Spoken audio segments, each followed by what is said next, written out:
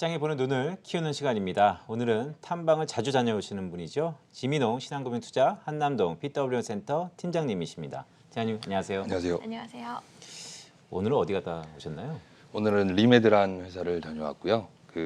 전자약 부분에서 우리나라에서 가장 두각을 나타내는 기업입니다. 2003년 설립됐고 2019년에 코넥스에서 코스닥으로 이전 상장된 회사입니다. 리메드 하면은 사실 자기장, 전자약 이런 것들이 떠오르기 마련인데 네네. 자세한 기업 내용 좀 짚어주신다면요? 일단은 지금 동사가 하고 있는 게 수출 비중이 한 70%에 내수가 한 30% 정도 되는 수준인데요. 이게 20년 3Q 매출은 39억의 영업이익 1.4억, 그다음에 21년 3Q는 46억의 영업이익 1.8억인데 이게 지금 당장 숫자를 보기보다는 향후 성장 가능성 중심으로 좀 설명을 드리는 게 좋을 것 같습니다. 사실 숫자는 그렇게 큰 것 같지는 않습니다. 네. 그렇다면 사업 내용이 좀 궁금한데요. 네네. 어떤 것들을 좀 다루고 있나요? 일단은 크게 사업부는 세 가지로 나눌 수 있는데요. 이게 다 모두 강력한 자기장을 생성시켜서 비침습적인 그 신경세포의 자극으로 각종 질환을 치료하거나 예방하거나 진단하는 거고요. 지금 주로는 정신과나 신경과 재활의학과에서 많이 사용하고 있습니다. 기계 이름들이 나오긴 하는데요. TMS라는 사업은 뇌 질환 관련된 사업이라고 보시면 될 것 같고요. NMS나 ESW 등 각종 근골격계의 만성 통증을 사업을 하는 사업부라고 보시면 될 것 같고요.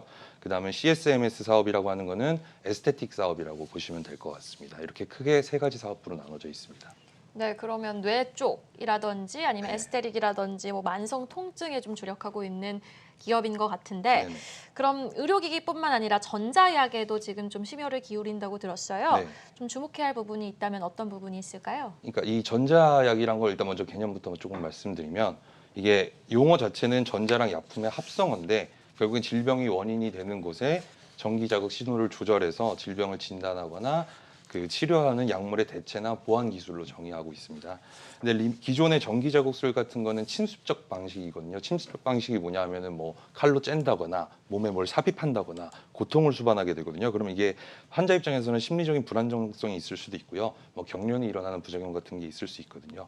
근데 이 리메드가 하겠다는 전자약은 비침습적으로 뇌나 필요한 곳에 자극을 전달해서 치료를 하는 게 목적으로 있습니다. 위내시경이나 대장 네네. 내시경 그런 거랑 좀 비슷하겠네요. 조형물을 먹고 하는 것과 아니면 직접 삽입해서 네. 고통을 수반하는 것과 그런 좀 차이가 네네, 있겠네요. 침습적과 비침습적은 그렇게 구별하시면 될 것 근데 같습니다. 사실 내시경 저도 많이 해봤는데 네네. 그러면 정확도가 좀 중요할 것 같아요. 고통을 네네. 좀 수반하면서도 효능이 있는 걸 택할 것이냐 네. 아니면 편하면서도 효능은 좀 떨어진 걸 택할 것이냐. 네. 리메드의 전자 쪽은 어느 쪽인가요? 일단은 지금 되게 핵심을 말씀해 주셨는데 이게 그래서 모든 증후군별로 적용을 다 시킬 수 있는 건 아니거든요. 근데 지금 일단 먼저 말씀하셨으니까 TMS 부분에 대해서 좀 말씀드리고 싶은데 이게 일단은 전자약 시장 규모 자체가 조사기관에 따라서는 19년에 한화로 25조 달러에서 27년에는 43조 달러까지 43조 원까지 클 예정인데요. 여기서 국내 시장 역시 2013년에 식약처에서 우울증 진단 치료제 관련해서는 승인을 했습니다. 그래서 대형 병원을 시작으로 기술 개발이 진행 중인데 아까 말씀하신 부분에 대해서 간단히 말씀드리면 정신과에서는 보통 우울증이 오면은 공통적으로 드러난 연구가 좌측 전두엽에 이상이 생겼다고 판단을 한답니다. 그러면은 이런 우울증 환자들에게 가장 많이 쓰는 방법이 좌측 전두엽을 자기장으로 고빈도로 되게 강력하게 때려주는 거죠.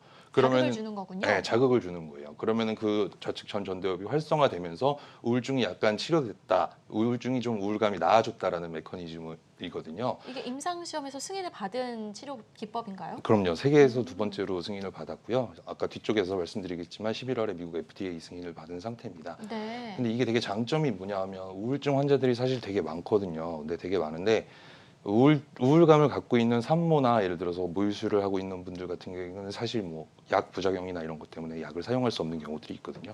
근데 이런 부분에 대해서는 리메드가 커버할 수 있는 부분이고요. 심지어 약을 먹는데 약물이 듣지 않는 우울증 환자가 한 45% 정도 된다고 합니다. 이런 환자들에 대해서도 충분히 리커버리가 가능한 부분이라고 생각하고 있습니다. 사실 리메드가 근데 어저께인가요? 제가 네. 공시를 제대로 봤는지 모르겠지만 보험회수 물량에 대해서 조금 이슈가 있었던 것 같은데 예. 그거 관련돼서 좀 말씀 주시죠. 그게 좀 기사 공시는 아니었고 기사였는데 기사에 어떤 식으로 나왔냐면 의무 보호 예수 해제가 26.5%가 돼서 약간 뭐 시장에 물량 부담이 있을 것처럼 기사가 좀 나왔더라고요. 근데 뭐 그거는 사실과 다르고요. 지금 대주주와 특수관계인이 갖고 있는 지분이 36.5%인데요. 대주주 분이 갖고 계신 게 26.5%예요. 근데 이게 상장을 하면서 의무보호 확약으로 걸어줬던 거고요. 그게 지금 뭐 기간이 만료돼서 그렇게 기사가 나온 것 같은데 그게 시장에 나올 물량은 절대 아니라고 생각이 들고 있습니다. 기간이 만료됐기 때문에 나올 가능성이 있다라는 추측성 보도였다는 말씀이시죠? 네, 근데 심지어 대주주 물량이라 뭐 나올 수가 없을 것 같습니다. 네, 탐방을 한 3번 정도 가보라고 하셨으니까 뭐 신뢰성 있어 네. 보입니다. 네, 자 그러면은 총괄해서 투자 포인트 한번 쫙 들어보도록 할게요. 정리해 주세요. 네, 일단 첫 번째로는 단기적으로는 회사 숫자를 이끌 거는 그 글로벌 에스테틱 기업인 엘러간의 쿨톤이라는 제품을 납품하고 있는 거거든요. 근데 이게 최근에 공시를 보시면 진머사에 234억의 공급을 체결했습니다. 근데 이 리메드가 그 진머 회사에게 납품을 하고 진머가 엘러간에게 납품하는 형태거든요.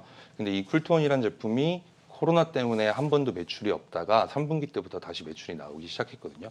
그리고 앞서 말씀드렸듯이 공시 같은 걸 봤을 때 향후 숫자는 에스테틱 부분에서 이끌 수 있다고 생각이 들고요. 그 다음에 2020년부터 본격적인 내년부터는 본격적인 해외 시장 확대가 전망된다고 생각합니다. 일단 21년 5월에 아까 NMS FDA 승인 받았고요. 10월 말에 중국 진출을 위해서 대리점 계약을 맺었고요. 그 다음 11월에 TMS가 미 FDA 승인을 받은 상태입니다. 이렇게 전반적으로 봤을 때 그 지금 뭐 우울증 외에도 치매나 뭐 뇌 질환 관련 적용증에 있어서 리메드 전자약 시장이 성장하면서 리메드의 성장 가능성도 크다고 생각이 됩니다. 제가 끝으로 하나만 또 여쭐게요. 사실 이제 글로벌리 확장성이 좀 기대된다라는 네. 말씀을 주셨어요. 그렇다면 어느 지역에 좀 더 포커스가 돼 있습니까? 아시아입니까? 아니면 서양 쪽인가요?